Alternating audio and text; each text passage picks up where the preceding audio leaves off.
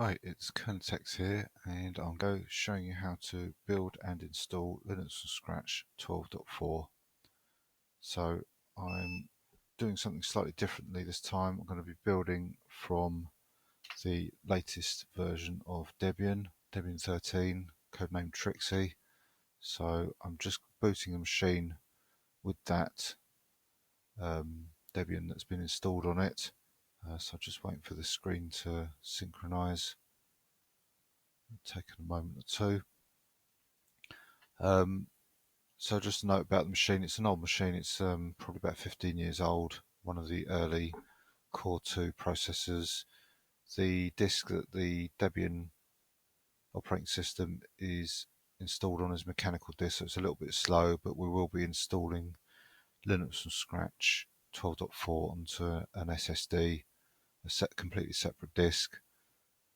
So the culmination of this will be that we'll be booting the same machine directly onto that SSD without the Debian 13 disk. So it'll be a machine, a pure Linux from scratch machine at the end of this all. So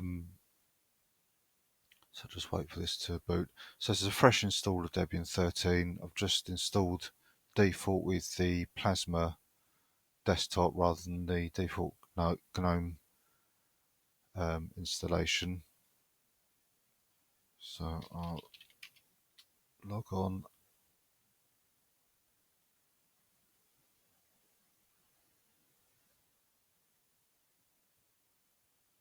Just wait for the desktop to come up.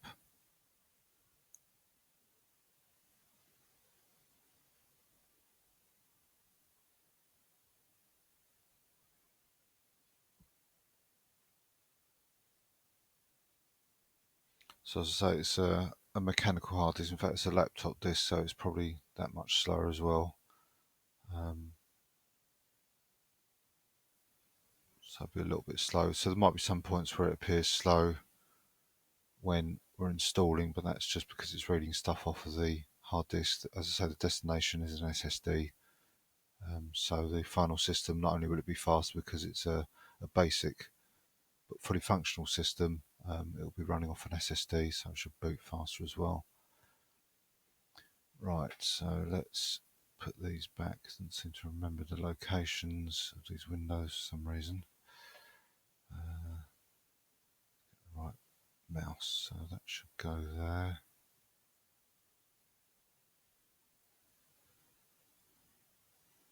And that should go there. One thing you should be careful of when you're resizing your console, if you do, is that there are at least 80 columns. So you see it says 80 by 35 that flashed up there, because when we come to configure the kernel, and we will need to make some changes, it will refuse to run unless there are at least 80 columns in the terminal. So as long as you've got 80 or more, you'll be fine. If you've got fewer than that, you'll need to make some changes. So let me change that to the default profile. So I can't remember if I've already mentioned or not, but the book's currently not published on the internet at the moment, 12.4. There's only 12.4 RC1. So what I've done is I've downloaded the source files for the manual and rendered them myself. So I'll be working from them. So as you can see, this is on the local hard disk, this copy of the book. But I would hope that by the time you get to see these videos, by the time they're published, that the book will actually be published as well for 12.4 on the internet. So what I've done, yeah, I've got the book in this folder here, so that's where that's been rendered from. And I've also taken time to download these sources just to save a bit of time, but I'll be showing how that's done anyway. That's just to expedite things a little bit. So we'll start with the book, the forwards. The first part is just a bit of groundwork about the project itself, how long it takes. I think this took me about 8 hours on this machine, but that includes tests back to back. So it could be possible to do this in a day, but you probably want to take a couple of days would be more comfortable. If you've got a fast machine, you could probably do it in a day quite easily. Bearing in mind these figures are on a very old version of Linux from scratch and also a very old CPU. That's probably from about 2012, I guess, 2013, 14 maybe, as a rough guess. Prerequisites, there's some information there about what we need. We'll obviously need a working host system, which is what we've got. We've got this Debian 13 system that we'll be using as the host. Some information there about standards that Linux from scratch tries to adhere to. There's rationales for each of the packages, why they appear in this book. You may think, well, why is that there? And there may be quite a valid reason. One of the most important reasons is that it will be a dependency of another package. There may be a convenience reason. For example, Vim is the chosen text editor in Linux from scratch, and there are some changes you may need to make, so that's quite useful to have. Not absolutely necessary for a running system, but quite important, I'd say. So it gives the reasons for including these packages. Typography, so it explains what the different layouts mean in the book, the different fonts, whether it's in bold or not, and so on, whether it's in a box. So that's quite important to read, to understand what bits you type in, what bits you read, what bits are information, and so on. The structure of the book split into 5 parts. You can see as an introduction we're in at the moment. Then we prepare for the build in the second part. We build the temporary Linux from scratch in the third part, and then the actual Linux from scratch system is built in the fourth part, so that's obviously the biggest part. And the last part's a load of appendices which have got useful information in about Linux, and specifically Linux from scratch itself. There are a couple of links here for any erratas and security advisories, so there shouldn't be anything at the moment. That probably still points to the previous version, so I'm not going to click on it. But if you do come to this, say, a few weeks down the line from the 1st of September, which is the date that 12.4 is released, or even months later, you'll probably find that some packages have been updated, or there's even been some security updates as well. So it'd be worth checking that if you do want to keep bang up to date. In terms of what Linux from scratch ultimately is, which is an educational tool, it may not be absolutely necessary to keep bang up to date. It should be sufficient to follow the book and the versions within the book.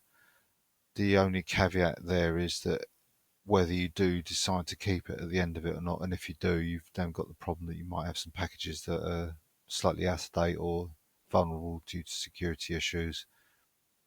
So that's something to bear in mind. There's one package, I think it's expats, they only ever keep the current version available, so it's not that easy to get the previous versions. It is possible by searching the internet for specific versions, but it tends to be that the latest version is the only one that's made available. So that's something to bear in mind. So how to build a Linux from scratch system. This goes into a little bit more detail about the individual chapters and what goes on in each one of them. As I always say with this, it's if you've never done Linux from scratch before, it's worth reading through the book at least once, and then going through and reading again and picking up anything you missed the first time round before you actually attempt to go through the book and start building Linux from scratch. It's quite an involved process when you first do it. It's quite onerous, things you've got to do. You've got to adhere to certain things. It's tempting to think, oh, I know how to do this, or do this my way.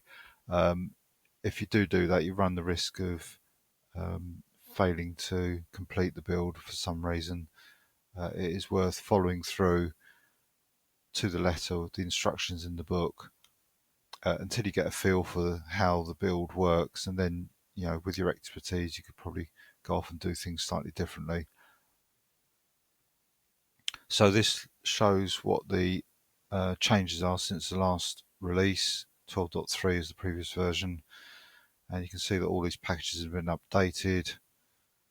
2 packages have been added, including 1 patch, and 1 package has actually been removed, obviously deemed unnecessary. So there are probably some packages that are missing there that have not been updated. There tend to be some of the GNU packages which are so old now they've sort of reached maturity.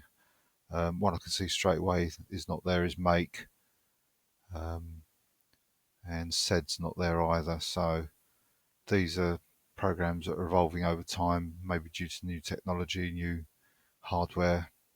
But something like make or sed are tools that are not specific to anything like that.